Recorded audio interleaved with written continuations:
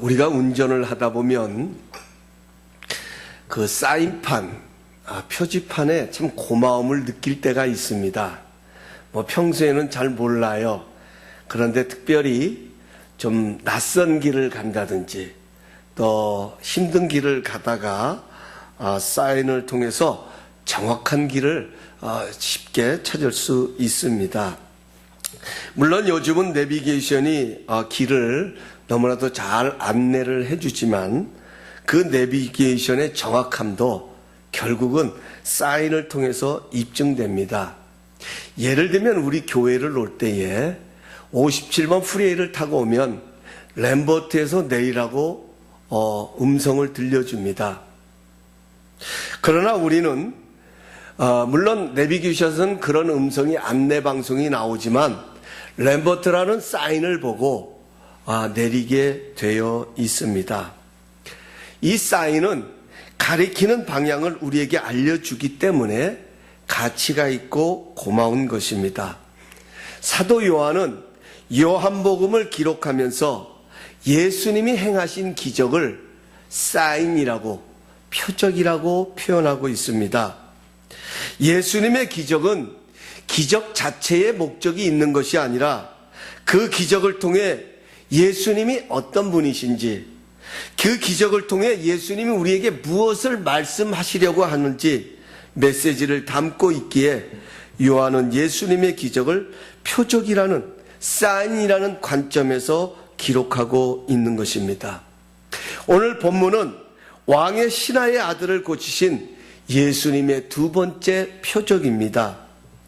예수님께서 유다를 떠나 물로 포도주를 만드셨던 가나라는 마을을 다시 방문하게 되셨습니다. 이 소식을 왕의 신하가 듣게 됩니다. 성경은 왕의 신하가 어떤 위치에 있었으며 그의 이름이 무엇인지를 정확하게 기록하고 있지 않습니다. 왕의 신하는 가버나움에서 병이 들어 죽어가고 있는 아들을 위해 주님을 찾아왔다라고만 기록하고 있습니다. 성경은 그가 어떤 존재이고 얼마나 큰 자였는가, 얼마나 사회생활에 성공한 자였는가, 여기에 포커스를 둔 것이 아니라 문제를 가지고 주님을 찾아왔다는 것을 더 강조하고 있습니다. 왕의 신하인 아버지는 병들어 죽어가는 아들 때문에 가버나움에서 30마일이나 떨어진 갈릴리까지 예수님을 찾아왔습니다. 오늘 말씀의 문맥을 보면 이 아버지는 예수님의 소문을 듣고 찾아온 것 같습니다. 며칠 전에 예수라는 분이 이곳에서 물로 포도주를 만드셨다고 하던데 그 정도의 능력이라면 내 아들도 넉넉히 살려낼 수 있을 것이라는 기대감을 가지고 주님을 찾아왔을지도 모릅니다. 그런데 참 감사한 것은 예수님은 그를 뿌리치지 않으셨습니다. 오히려 그 아버지와 대화를 시작하셨습니다. 이 말은 예수님께서 그의 문제 속에 간섭하시기를 시작하셨다는 뜻입니다. 왕의 신하의 문제 속에 주님의 임재하심이 시작되었다는 뜻입니다. 예수님은 왕의 신하의 문제를 통해 예수님 자신을 나타내기를 시작하셨다는 뜻입니다. 왕의 신하는 자신의 아들이 병들어 죽게 된 문제를 가지고 주님께 나왔다가 주님의 임재를 경험하는 축복의 사람이 되었습니다. 그럼 예수님은 어떻게 왕의 신하의 문제 속에 간섭하시고 어떻게 주님을 나타내셨을까요? 먼저 오늘 성경에 가서 보면 예수님은 믿음에 대하여 언급을 하십니다. 48절에 가서 보면 예수께서 이르시되 너희는 표적과 기사를 보지 못하면 도무지 믿지 아니하니라, 이렇게 말씀하십니다. 예수님은 표적과 기사를 보지 못하면 도무지 믿지 못하는 이러한 세대의 연약함을 보고 계셨습니다. 여러분, 요한복음 20장에 가서 보면 우리가 너무나도 잘 아는 도마의 이야기가 나옵니다. 이 도마라는 제자는 예수님이 부활하셔서 이제 제자들에게 나타나셨을 때, 처음으로 제자들에게 나타나셨을 때 그 자리에 있지를 않았습니다. 어디에 가 있었는지 성경은 자세하게 기록하고 있지 않지만 어쨌든 그는 그 자리에 없었습니다. 그래서 도마는 부활하신 예수님이 부활하셨다는 소식을 자신의 동료 제자로부터 전해 듣게 됩니다.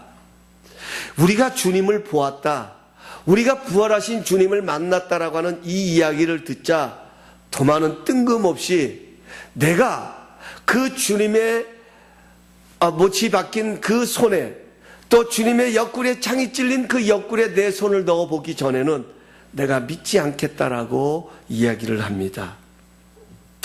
그 후로 한 주간이 지나서 부활하신 예수님이 제자들에게 다시 나타나셨습니다. 예수님께서는 제자들에게 먼저 너희에게 평강이 있을지어다 라고 그들에게 축복하시면서 도마에게 예수님의 못장난 손을 보여주시고 내 손가락을 내밀어 넣어보라고 말씀하시면서 내가 믿음 없는 자가 되지 말고 믿는 자가 되라고 말씀하셨습니다. 이 말을 들었던 도마는 그 예수님의 말씀을 듣는 순간에 주님은 나의 주님이시요 나의 하나님이십니다 라고 고백을 합니다. 우리 한번 따라 하십시다. 주님은 나의 주님이시요 나의 하나님이십니다. 굉장히 중요한 고백입니다. 여러분, 신앙은 하나님과 나와의 1:1의 관계입니다. 아버님으로부터 부모님으로부터 물려받는 신앙의 유산 대단히 중요합니다. 너무나도 소중합니다. 그러나 하나님과의 만남은 1:1입니다. 주님은 나의 주님이 되셔야 합니다. 하나님은 나의 하나님이 되셔야 합니다. 내 아내의 하나님, 내 자녀의 하나님, 내 부모님의 하나님도 되시지만 중요한 것은 나의 하나님이 되셔야 합니다.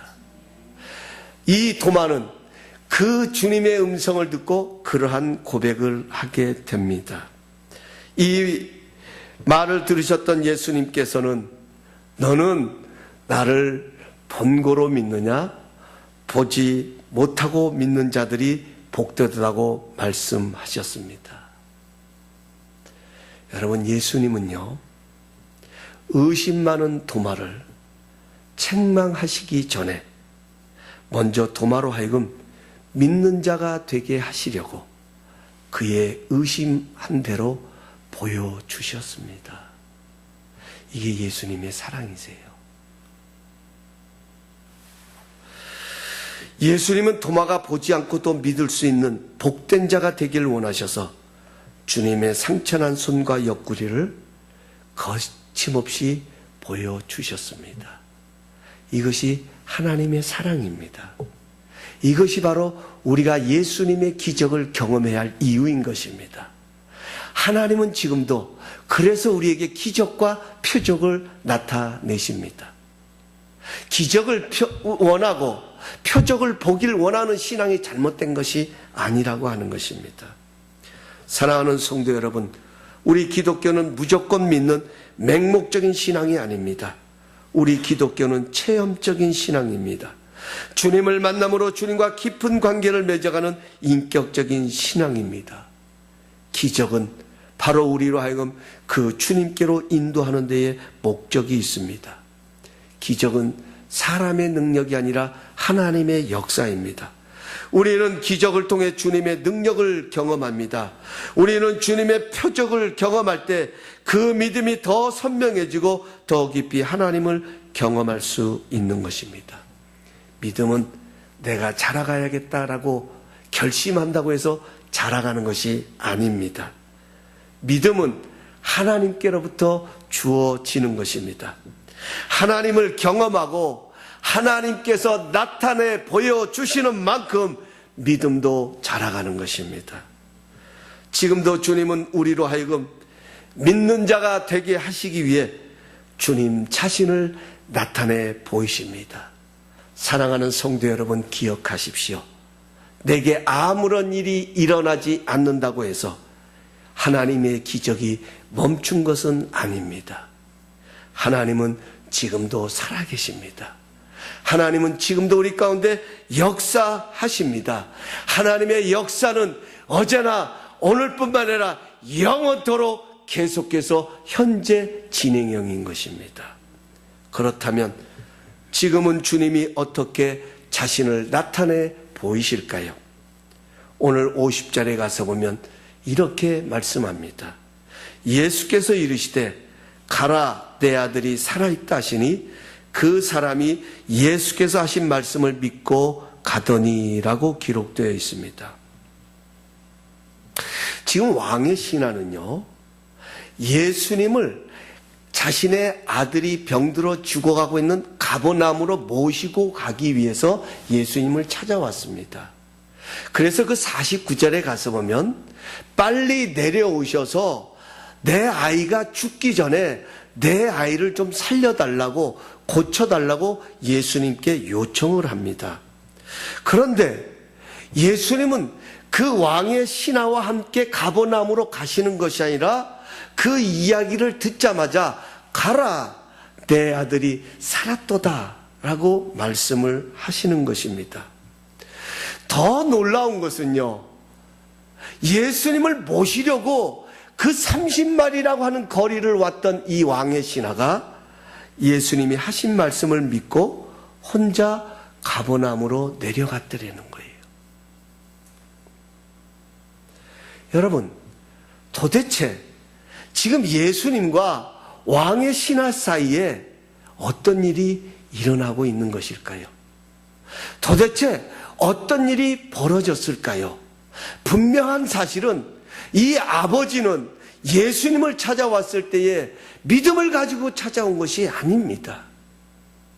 예수님의 소문을 듣고 찾아왔습니다. 그래, 예수님이 가지고 있는 그 정도의 능력이라면, 내가 들었던 것이 맞다고 하면 예수님도 능히 고치실 거야. 내 아들도 살릴 수 있을 것이야. 그렇지 않을까? 그런 기대감을 가지고 예수님을 찾아왔어요. 여러분, 성경에 가서 보면 예수님을 찾아왔던 사람들이 다 믿음을 가지고 찾아온 사람들이 아닙니다. 우리가 잘 아는 대로 흉악한 귀신 들렸던 아버지, 예수님께서 기도하시러 산에 변화산에 올라간 사이에 이 흉악한 귀신이 들린 아들을 둔 아버지가 이 아이를 데리고 예수님을 만나러 왔다가 예수님을 만나지 못하고 제자들에게 데리고 갔습니다. 이 아이를 좀 고쳐달라고 데리고 갔습니다. 귀신이 이 아이를 붙잡을 때마다 이 아이가 거품을 물고 넘어지고 쓰러지는 것입니다. 여러분, 그것을 바라보는 아버지의 심정이 얼마나 힘들었겠습니까? 얼마나 괴로웠겠습니까? 아무리 제자들이 해봐도 안 되는 거예요. 예수님이 산에서 내려오시다 그 장면을 보셨습니다. 너희에게 무슨 일이냐고 물었을 때에 자초지정을 들으신 예수님이 그 아이를 내게로 데려오라고 말합니다. 그때 아버지가 하실 수 있거든 이 아이를 좀 고쳐주십시오. 그때 주님이 할 수 있거든이 무슨 말이냐, 믿는 자에게는 능치 못함이 없느니라고 말씀하시면서 그의 아버지의 믿음을 세워주시고 비로소 기적을 베풀어 주셨습니다. 여러분, 기대감을 가지고 나왔어요. 오늘 이 말씀을 보면서 우리에게 위로가 되어지는 것은요, 이 말씀이 우리에게 힘이 되어질 수 있는 것은 우리의 믿음이 완벽하기 때문에 주님께 나온 것이 아니라 단순한 기대감을 가지고, 그래 주님은 이렇게 하실 수 있을 것이라는 기대감을 가지고 나온 그것을 보시고 주님은 뿌리치지 않으셨더라는 거예요. 왜 너의 믿음이 그 정도밖에 안 되냐? 야, 그 정도 믿음 가지고 기적을 보겠다고 내게 왔느냐? 주님은 책망하신 것이 아니라 오히려 믿음이 없음을 인하여 표적을 구하는, 믿음이 없음을 인하여 기적을 필요로 하는 그 세대를 바라보시면서 예수님은 이 아버지와 대화를 시작하셨다는 것입니다. 그런데 여러분, 가라 내 아들이 살아있다고 말씀하신 이 예수님의 말씀을 듣고 어떻게 이 아버지가 담대하게 그 자리를 떠날 수 있었겠냐는 거예요. 우리야 육신의 눈에 예수님이 안 보이시니까 예수님이 그렇게 말씀하셨는가 보다 우린 여길 수 있어요. 근데 정말로 지금 우리 눈앞에 예수님이 2000년 전에 육신의 몸을 입고 오셨던 예수님이 우리 눈앞에 있다니까요. 저분이면 내 문제를 해결해 줄 수 있어요. 그런데 그래서 나는 저 주님을 꼭 모시고 가야 되겠다고 30마일이나 걸어왔어요. 30마일면 한 LA 정도 되지요? 지금이야 자동차로 30분이면 가지만 걸어서 30마일을 왔다라고 한번 생각을 해 보십시오. 뭐 그 당시에 교통수단이 있다면 낙타가 밖에 더 있었겠습니까? 그걸 타고 30마일을 왔던 이 아버지가 야, 내 아들이 살았다. 이 말을 듣고 그 자리를 떠날 수 있었다고 하는 것. 어떻게 이것이 가능했겠습니까? 사랑하는 성도 여러분, 가라, 내 아들이 살아있다라고 말씀하신 예수님은 도대체 어떤 분이십니까? 여러분, 이 세상에서 병들어 죽어가는 사람에게 당신은 살았습니다라고 말할 수 있는 어떤 존재가 그런 말을 할 수 있습니까? 생명의 주인이 되신 하나님 외에는 그런 말을 할 수가 없습니다. 아무리 명의라 할지라도, 아무리 신통방통한 의술을 가지고 있는 의사라 할지라도 생명의 만큼은 자신을 할 수가 없는 것입니다. 생명은 하나님의 주권입니다. 생명은 하나님의 손에 있는 것입니다. 내가 살았다 하는 이 말은 하나님 외에는 할 수 없는 것입니다. 또 단순한 기대감을 갖고 주님을 찾아왔던 왕의 신하가 어떻게 예수님이 하신 말씀을 믿고 갈 수 있었을까요? 이것은 지금 자신에게 말씀하신 이 말씀하시는 분이 하나님이라는 사실을 믿기 전에는 어렵습니다. 이 확신이 자리 잡게는 여러분, 그것을 믿는다고 하는 것은 결단코 쉬운 것이 아닙니다.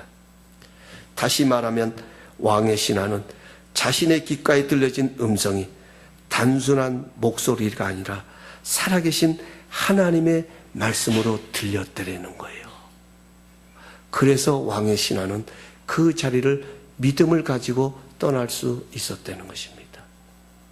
지금 사도 요한은 예수님이 어떤 분이신가, 오늘 우리의 인생에 꼭 만나야 할 주님은 어떤 분이신가, 예수님은 어떻게 우리 가운데 나타나시고 어떻게 2000년이 지난 지금도 예수님은 우리를 만나 주시는가를 설명하기 위해서 이 표적을 사용하고 있습니다. 예수님은 누구십니까? 요한복음 1장 1절부터 4절에 예수님을 이렇게 소개하십니다. 태초에 말씀이 계시니라. 이 말씀이 하나님과 함께 계셨으니 이 말씀은 곧 하나님이시니라. 그가 태초에 하나님과 함께 계셨고 만물이 그로 말미암아 지은 바 되었으니 지은 것이 그가 없이 된 것이 없느니라. 그 안에 생명이 있었으니 이 생명은 사람들의 빛이니라. 지난주일 말씀드렸죠? 예수님은 말씀이십니다. 예수님은 하나님과 함께 하셨습니다. 예수님은 하나님과 말씀으로 함께 하시면서 하나님의 천지 창조의 역사 속에 함께 동참하셨습니다. 예수님은 하나님이시기 때문에 예수님 안에는 하나님의 생명이 있었습니다. 이 하나님의 생명은 사람들의 빛으로 인간의 몸을 입으시고 이 땅에 찾아오셨습니다. 지금 빛으로 이 땅에 오신 예수님께서 말씀으로 왕의 신하의 마음의 눈을 열어주셨습니다. 이걸 좀 더 제가 어떻게 하면 좀 우리 성도님들에게 설명을 드릴 수 있을까 묵상하다가요, 에베소서 1장 16절에서 19절에 가서 보면 여러분 성경 있으시면 찾아보셔도 되고요, 에베소 교회를 향한 사도 바울의 기도가 있습니다. 에베소 교회를 사랑했던 사도 바울, 그 교회를 향한 사도 바울의 기도가 있는데 그 기도의 내용을 제가 여러분들에게 봉독해 드릴게요. 내가 기도할 때에 기억하며 너희로 말미암아 감사하기를 그치지 아니하고 우리 주 예수 그리스도의 하나님 영광의 아버지께서 지혜와 계시의 영을 너희에게 주사 하나님을 알게 하시고 너희 마음의 눈을 밝히사 그의 부르심의 소망이 무엇이며 성도 안에서 그 기업의 영광의 풍성함이 무엇이며 그의 힘의 위력으로 역사하심을 따라 믿는 우리에게 베푸신 능력의 지극히 크심이 어떠한 것을 너희로 알게 하시기를 구하노라. 이것이 바울의 기도였어요. 여러분, 하나님은 내가 알고 싶다고 해서 알 수 있는 분이 아니라 계시의 영을 주셔야 돼요. 계시라고 하는 것은 나타낸다라는 거예요. 보여주는 거예요. 하나님은 하나님 자신을 나타내 보여주실 때 우리가 하나님을 볼 수 있습니다. 그래서 사도 바울은 너희 마음의 눈을 밝히사, 이것을 가리켜서 영안이라고 말하는 거예요. 하나님의 세계를 볼 수 있는 것을 영적인 세계라고 말합니다. 하나님을 볼 수 있는 것을 영안이라고 말합니다. 이 영안의 눈을 밝혀주셔서 그의 부르심의 소망이 무엇이며 성도 안에서 그 기업의 영광의 풍성함이 무엇이며 그의 힘의 위력으로 역사심을 따라 믿는 우리에게 베푸신 능력의 지극히 크심이 어떠한 것을 너희로 알게 하시기를 구하노라. 중요한 것은 마음의 눈을 열어주셔야 한다는 거예요. 바울은 우리에게 영적인 눈이 있음을 말하고 있습니다. 우리에게 영적인 귀가 있음을 말하고 있습니다. 주님은 이 영적인 눈과 귀를 열으셔서 주님을 보게 하십니다. 지금도 주님은 우리 가운데 주님을 이렇게 나타냈습니다. 여러분, 그런 거 경험해 보셨어요? 우리가 어느 날 성경을 읽는데요, 하나님의 말씀을 읽는데 내가 처음 읽는 말씀이 아니에요. 참 많이 읽었던 말씀인데 어느 순간에 그 말씀 앞에 내 눈이 확 뜨이는 것을 경험해 보신 적이 있습니까? 그 말씀이 내 마음속에 막 깊이 살아 움직여지고 내 마음속으로 흘러 들어오는, 내 생각 속에 머물러가는 그런 것들을 느껴보신 적이 있습니까? 여러분, 내가 이 설교 말씀이, 이 본문의 말씀이 처음 듣는 말씀이 아니에요. 참 수많은 목사님들로부터 수많은 통로를 통하여서 참 많이 들었던 말씀인데 어느 날 어느 순간에 그 말씀이 내 심령을 때리고 내 삶의 변화를 일으키는 그런 능력의 말씀으로 다가옴을 느끼실 때가 있습니까? 이것이 바로 주님이 우리를, 주님 자신을 나타내 보이시는, 우리의 마음의 눈을 열어가시는, 우리의 영의 길을 열어가시는 주님의 역사라고 하는 것입니다. 이것이 바로 말씀의 능력입니다. 주님께서 이 말씀으로 우리를 찾아와 주신다는 것입니다. 저는요, 한 번도 예수님의 얼굴을 본 적도 없습니다. 저는 성화를 통해서 예수님이 이렇게 생기셨구나 하는 것을 알지 저는 예수님의 얼굴을 본 적이 없습니다. 그러나 분명한 것은 저는 예수님을 인격적으로 만났습니다. 저는요, 목사의 가정에서 태어났지만 어머니 뱃속에서 나오자마자 제가 접한 것은 하나님에 대한 것입니다. 제 귀에 들리는 것은 찬송 소리가 먼저 들렸고요. 기도하는 것부터 배웠고요. 이것이 저의 이 땅에 태어나서 아마 처음 경험했던 기억일 것입니다. 그러나 제가 인격적으로 하나님을 만나고 예수님을 만난 것은 고등학교 2학년 수련회에서입니다. 그렇게 수없이 들었던 하나님의 말씀, 죄에 대한 설교들, 그렇게 수없이 들었던 하나님의 사랑이 로마서 5장에 나타나는 그 말씀을 가지고 전도사님이 설교를 하실 때에 내가 죄인 되었을 때 하나님께서 나를 사랑하사 십자가에 아낌없이 자기 자신을 내어 죽기까지 복종하셨던 이 말씀이 그날 그 시간 그 자리에 제 마음에 찾아왔습니다. 제 마음에 들리기를 시작했습니다. 누가 나 같은 자를 위해서 죽어줄 수 있다는 사실, 누가 나를 위해서, 내 죄를 위해서, 내 잘못함을 위해서, 내 모든 나쁜 것들을 위해서 누가 나를 대신하여 죽어줄 수 있다는 말인가 하는 이 사실들이 심각하게 깨달아지기를 시작했습니다. 거기서부터 하나님의 사랑하심, 아낌없이 자신을 내어주시면서까지 나를 사랑하셨던 그 하나님의 사랑이 그렇게 크고 위대하고 놀라운 것으로 다가오게 됨을 느끼고 깨닫게 되어집니다.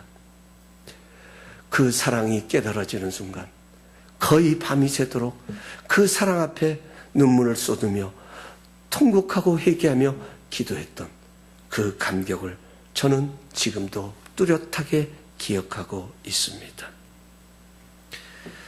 여러분, 왕의 신하는 예수님의 말씀을 믿고 갔더니 그 말씀이 자신의 삶에 살아 역사함을 확증하게 되었습니다. 이건 순간적으로 일어났던 거예요.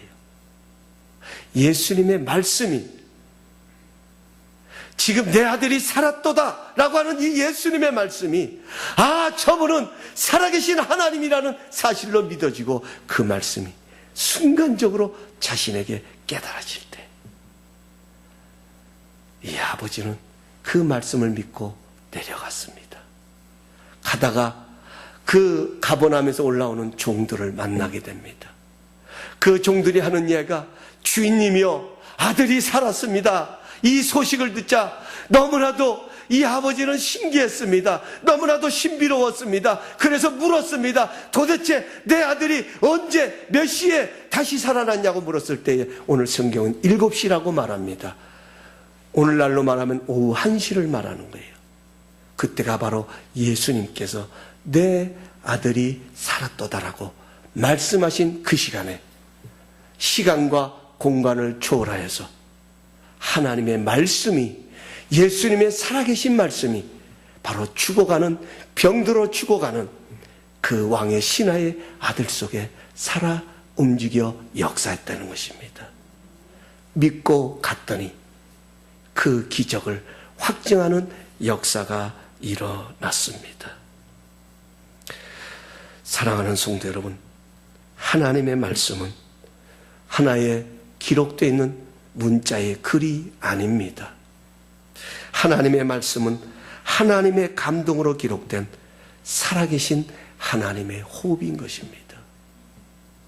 하나님의 말씀은 살아있고 원동력이 있어서 좌우의 날성검보다 예리하여 우리의 혼과 우리의 영과 우리의 골수를 쪼개고도 남음이 있다고 말씀합니다. 예수님은 어떻게 우리의 삶에 임재하실까요? 어떻게 우리에게 예수님을 나타내실까요? 예수님은 말씀이십니다. 말씀이신 예수님은 지금도 말씀으로 우리를 찾아와 주십니다. 지금도 우리에게 말씀을 하십니다. 말씀으로 우리의 믿음을 일깨워 주십니다. 때로는 감동으로, 때로는 깨달음으로 우리에게 찾아오십니다. 여기 예수님의 말씀을 믿고 갔다는 말은 예수님의 말씀을 붙잡고 갔다는 말입니다. 사랑하는 성도 여러분, 우리가 믿음의 길을 가다 보면 항상 우리에게는 예수님만 보이는 것이 아닙니다. 우리에게 제일 중요한 예수님을 가리우고 잊어버리게 하는 일들이 참 많이 일어납니다. 예수님의 능력이 아닌 다른 방법들이 더 효과적으로 보일 때도 있습니다. 예수님이 가르쳐 주신 길이 아닌 다른 길이 더 편안하고 즐거운 길인 것처럼 보일 때가 있습니다. 사랑하는 성도 여러분, 예수님의 말씀을 믿고 갔다는 것은 내게 들려졌던 그분의 말씀을 붙잡고 갔다는 것입니다. 예수님의 말씀을 붙들고 살아가는 우리 성도님들 되시길 예수님의 이름으로 축원합니다. 이게 예수님을 바라보는 생활이에요. 여러분, 예수님을 눈에 보여서 바라보는 것이 아닙니다.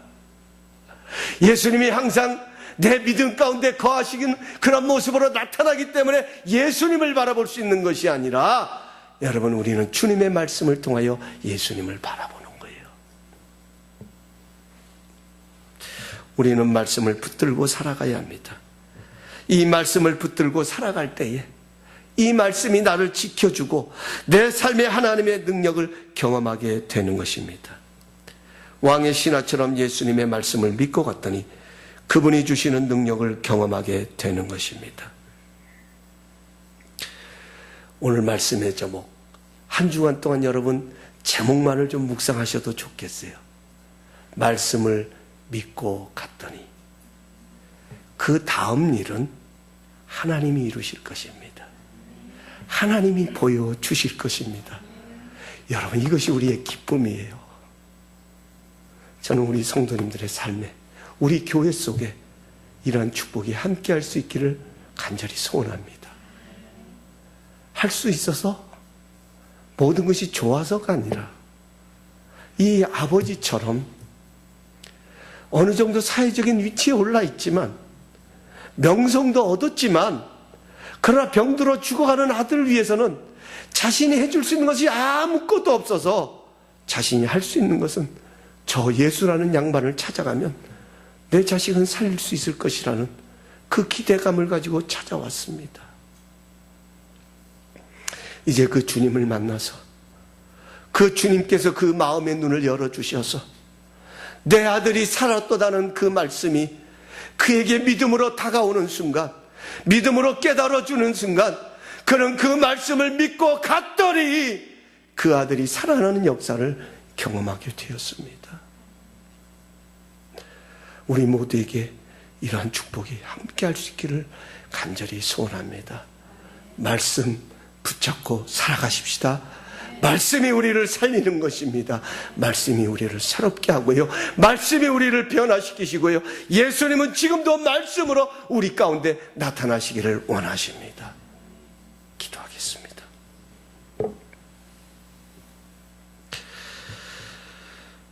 오늘 이 왕의 신하의 아버지처럼 오늘 이 시간 우리 주님 앞에 기도하십시다.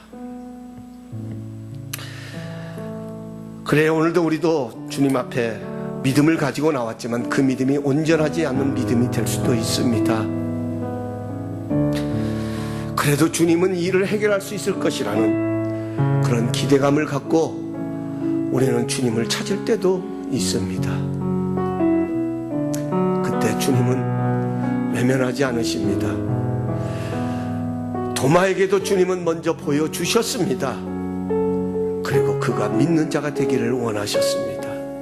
아니, 보지 않고 믿는 복된 자가 되기를 원하셨습니다. 이것이 우리를 사랑하시고 우리에게 자신을 나타내시는 하나님의 사랑하심의 모습입니다. 이 시간 우리 합심해서 기도하실 때 주님,